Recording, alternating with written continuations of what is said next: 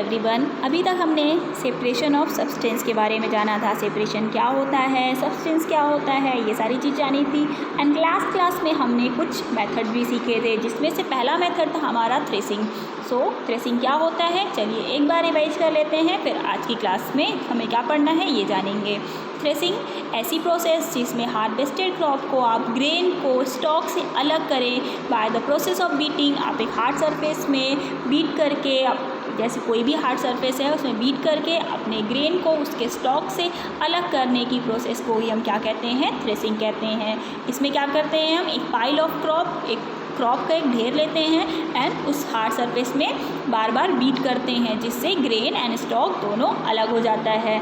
Next process हमारी winnowing. Winnowing क्या होता है, जो चाफ बच जाता है या मिक्सचर होता है हमारे ग्रेन में, चाफ अगर थोड़े बहुत ड्राइड लीव्स बच गई, ड्राइड स्टेम्स हो गए, तो उन्हें सेपरेट करना। उन्हें कैसे सेपरेट करते हैं, ब्लोइंग एयर एंड विंड की मदद से।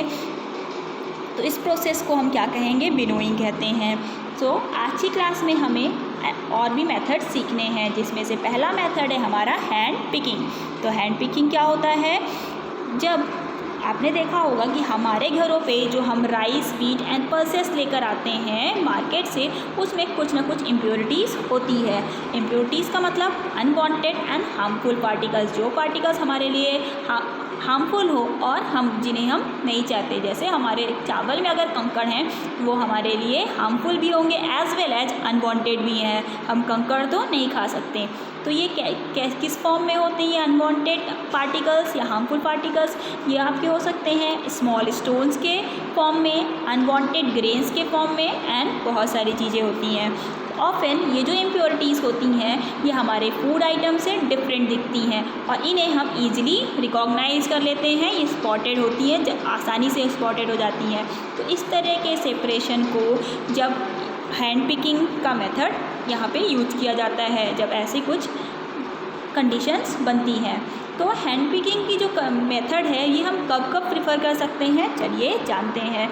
तो ये तब प्रेफर किया जाता है जब क्वांटिटी मिक्सचर की कम होती है। अगर हमारे पास कोई मिक्सचर है, उसकी क्वांटिटी कम है, तो हम हैंड पिकिंग का यूज करके जल्दी से उस मिक्सचर को सेपरेट कर सकते हैं। नेक्स्ट कब यूज़ करना चाहिए, जब अनवांटेड सब्सटेंस, जैसे यहाँ पे आप देख सकते हो जो कंकड़ है ये अनवांटेड सब्सटेंस है, ये स्मॉलर क्वांटिटीज़ में हमारे मिक्सचर में प्रेजेंट है।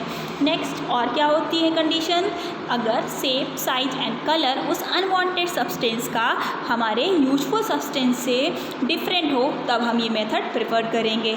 अगर एक ही जैसा होगा उनका शेप, साइज, कलर, तो हमें रिकॉग्नाइज करने में, उन्हें स्पॉटेड करने में काफ़ी कठिनाई होगी। तो इसलिए जब ये तीन कंडीशन होती हैं आपके पास, तब आप इस हैंड पिकिंग मेथड को यूज करेंगे।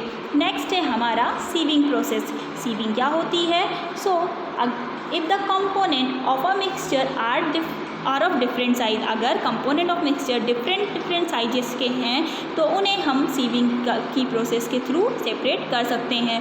तो उसमें जो स्मॉलर कंपोनेंट होता है वो सीव, जैसे आपके पास छलनी जो होती है हमारे पास, तो वो सीव की हेल्प से, जो उसमें पोर्स बने होते हैं छोटे छोटे, तो स्मॉलर जो पार्टिकल्स होते हैं वो नीचे चले जाते हैं और जो लार्जर पार्टिकल होते हैं वो वहीं पे छूट जाते हैं।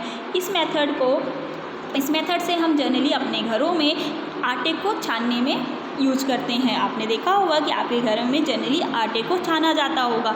उस आटे में आपका व्हीट ब्रान जो चोकर होता है वो नीचे चला जाता है, जो ऊपर ही रह जाता है, एंड जो आपका स्मॉलर पार्टिकल जैसे हमारे आटा होता है, फाइन पार्टिकल्स, वो नीचे चले जाते हैं।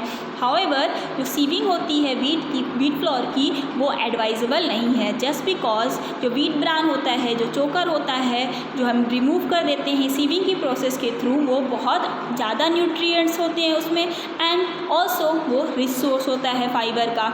इसीलिए हमें कभी भी व्हीट ब्रान को रिमूव नहीं करना चाहिए। इससे बेटर है कि आप जो अनवांटेड इम्प्योरिटीज़ हैं या जो विजुअल इम्प्योरिटीज़ हैं, उन्हें आप हैंड पिकिंग मेथड का यूज करके आप रिमूव कर लें, सेपरेट कर लें। तो ये जो सीविंग की प्रोसेस है ऑल्सो यूज होती है कंस्ट्रक्शन साइट पे। कंस्ट्रक्शन साइट में आपने देखा होगा कि जो सैंड होता है, सैंड में जो कंकड़ पत्थर जो भी होते हैं उन्हें रिमूव ऑफ किया जाता है, उसे भी सीव किया जाता है। तो इसमें क्या होता है, जो फाइन पार्टिकल्स होते हैं सैंड के वो नीचे चले जाते हैं एंड आपके जो स्टोन्स हैं, पेबल्स हैं, उस मिक्सचर में जो भी प्रेजेंट रहता है वो अलग हो जाते हैं। होप कि आपको ये दोनों मेथड समझ में आ गया होगा। तो चलिए आज के लिए इतना ही, अगले क्लास में हम अनदर मेथड पे डिस्कस करेंगे। ओके।